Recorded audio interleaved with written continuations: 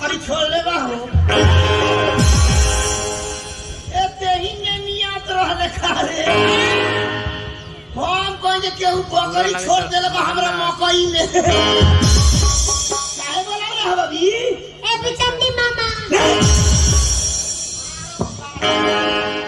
मामा कहबे तना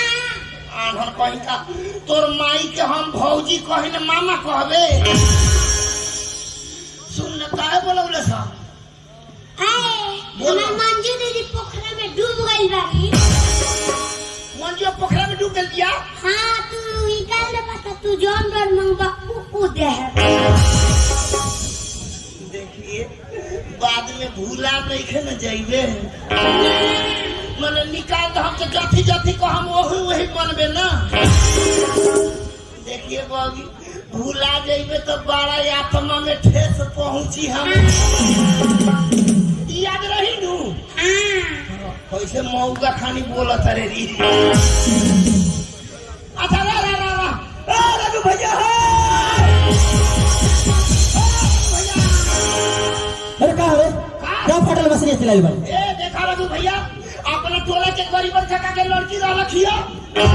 अरे कोई गरीब का ए अपना टोला में क्या हुआ पोखरवा में नहाए गई रहल खिया ना पोखरवे में डूब गई बिया हमनी के पोखरा में लड़की डूबल बड़ी अरे बेहुदा आ तू खड़ा हो गया हमर मुंह देख रे चल बाहर निकाल जल्दी से बाहर निकाल हमरा पौरे के ना आवेला हां तो तोरे के ना आवेला अरे बेहुदा का करत रहले रे हम ना जाब निकाले ऐसे कि हमरा ढोंगे नहीं के पौड़े के तो हम पानीए में रह जाए सुन वैसे तो हमरा पर ना आवेला तो कोनो आइडिया सोचे पड़ी आइडिया कि कैसे निकालल जा भैया हम पोखरा में डूबता नहीं तू हमरा डाढ़ में रास्ता बांध दो अच्छा जैसे मंजुआ मिली हम इशारा करब तू खींच ली कैसा ई बात सही बात ठीक है चल बाबी है लाठी थाम बाबी मंदोदरी लाठी थाम लाठी थाम हम ए रघु भैया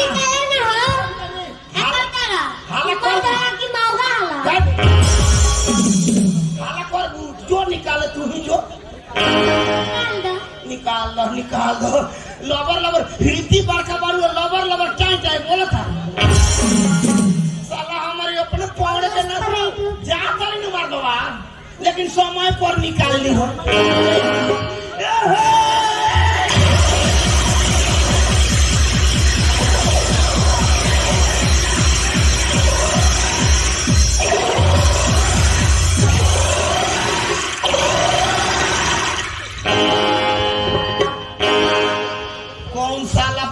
ये घींच ले हमरा के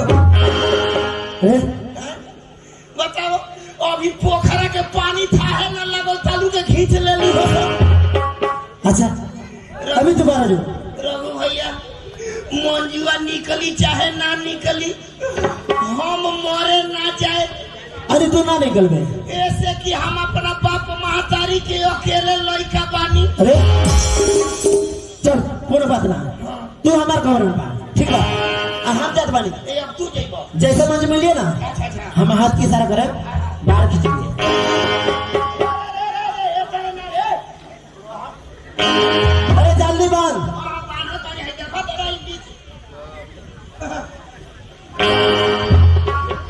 जय